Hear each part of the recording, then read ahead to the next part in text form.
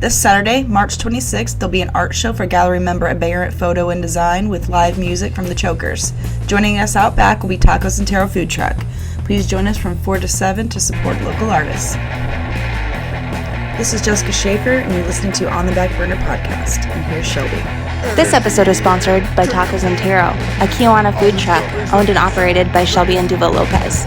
Food and Fortune, Tacos and Taro offer authentic tacos, tortas, quesadillas, homemade salsa, and tarot card readings by request.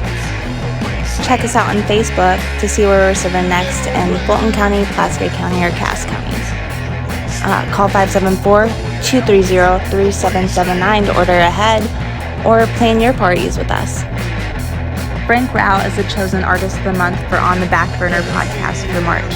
The song featured in this episode is called Wasteland by Speedholes. Stay tuned to the end of the recording to hear the full song. So the 5th edition that we had done was called Generation Next, the Creative Youth.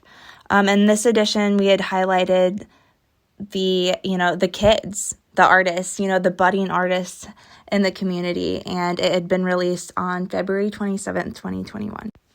The cover was a piece done by Kelsey Connor.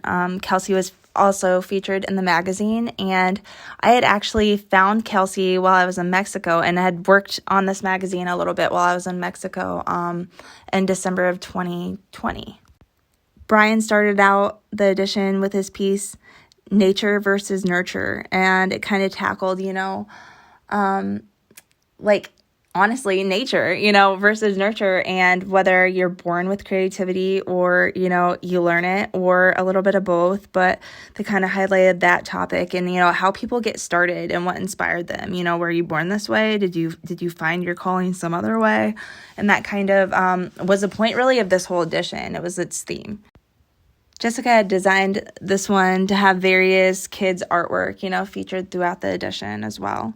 So that was kind of neat. Some of them were features and some were just, they just had that piece. But it was nice to kind of highlight all the kids in the community that maybe, I remember as a kid, sometimes you don't always feel that important, but they are important. They're our future. And that's what this edition really, really touched on. The visual art started out with Wyatt Jewell's drawing of WYSON, which was Sonic and himself. Wyatt is the son of Monica Smith, our friend and owner of Putz Bar and Grill. At the time of this magazine, Wyatt had been 12 years old when he made WYSON.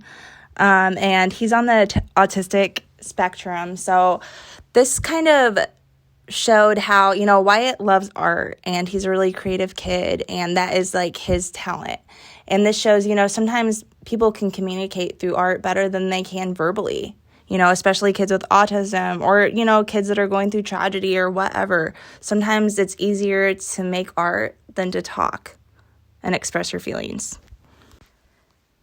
LAYNE Wagner, little Lycan, was in this. And, this kid, his mom's ERIN from the Chameleon's Closet, and he was hanging out in the Chameleon's Closet doing, crafting, making all kinds of different art, painting, tie-dye, you name it, and he wanted to make his own clothing line eventually, and with his mom's store, that was, it was something he could possibly do, and, at his young age of 7, that was his goal. I think what we really loved about LAYNE was he wasn't afraid to, dream big, and nothing was too big, for a goal. Even at 7, wanting to make your own clothing line, he was like, I can do that. And I feel like that's how the mindset that everybody needs to have is I can do that, because nothing is impossible. MADILYNN, COBLE, and SELENA STAHL showed their anime work. And the newer generation, anime is a big thing, and a lot of kids are embracing it. Morgan HINZ was a Winnemac student that is a very talented painter, and she kind of reminds me, it's different styles, but it just gives me the same vibe of like a Brett Manning, because a lot of her work is, it looks like it could be her, in another dimension or something, and her work is just, for her age, I can only imagine where she's going to be, in 10 years if she continues to paint. I hope she does. So Allison Martin, on top of being featured in the Chameleon's Closet, her artwork ranges from like crocheting to photography to, drawing, painting, the influence of oils, like she does a little bit of everything, and her work goes from scenery to portraits. She has a really wide range. So I just loved how ERIN from the Chameleon's Closet, when she was running the store, just really put artists, kind of like the magazine, just really put artists out there in the community and highlighted them. Erica Coffing was back again for the edition. She's done everything from, being an art teacher to holding public, art classes to doing live shows, at craft shows and festivals. And she is really, advocating for the arts in this community. We have this mission, Jessica and Erica and, Christine Walsh and Julie Sutton. And we had talked about, we just want to make this like an art community. Fulton County might be a work in progress for that, maybe we're seeing it through rose-colored glasses, our mission, but we're definitely not giving up regardless. And, Erica is definitely one of the top warriors for that around here. Music and performance started out with Catherine Erb, Rebecca Erb's daughter, and her movie Bubbles. Rebecca had done a question and answer between her and her daughter on how the movie played out, her feelings on it, at the age of 5, and just one-on-one. Tony Walters directed the movie and actually ended up winning an award for it. RAEGAN Trottier was also featured for her acting. She was really big in drama at RHS, and definitely she really got into character when she was acting. I had seen her personally when I was working for WROI do an intense scene for the drinking and driving accident reenactment. And oh my gosh, she was the one that was driving and had killed a kid or two. And she was an amazing actress. Jessica got to feature her little brother too, Mitchell Schaefer, The World's a Stage. There was an interview with him with his exact quotes, and question and answer type thing as well. So that was kind of something, sentimental for her that she gets to keep forever too, of her little brother. Erin Phillips was in vocal guidance, and she is a choir director and is just very passionate about music. She had her master's in vocal performance, but then realized that teaching was her true calling.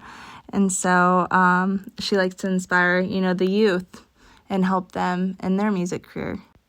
The next generation of imagination really showed, if we take care of our youth, and let them grow, they can really change the world for the better, but we have to tend to that garden in a way.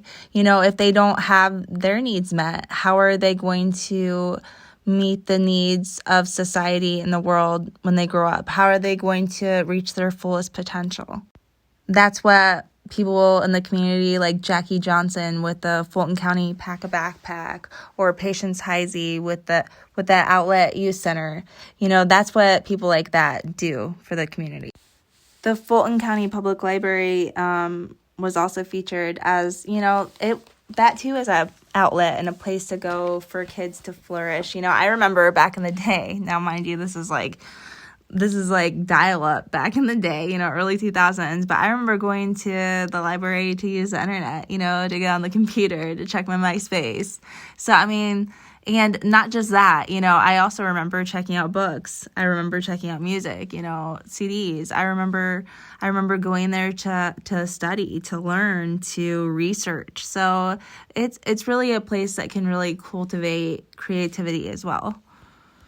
Mario Sobrino was back, and this time once again with his sound healing, but this time with his 3 sons and yoga and sound healing combined. And there's pictures in here of his cute little guys, Bastion, Adrian, and Caden. They're 14, 11, and 8.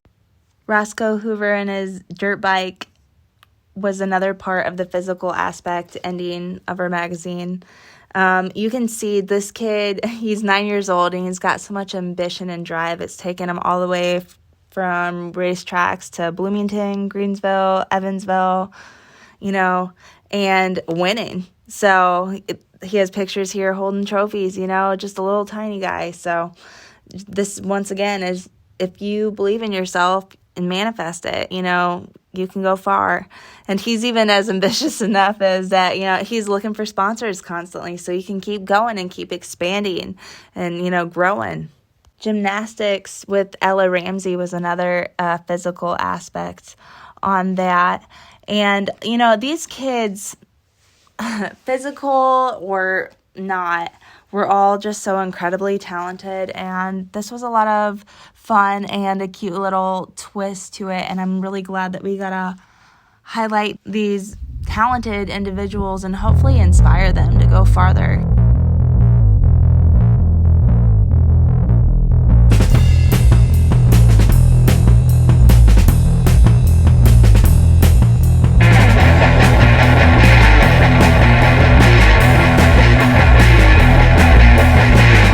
STE8, Kelsey, all these dummies look the same to me. Not to go, rockin' the free, used to be the bottom of the sea.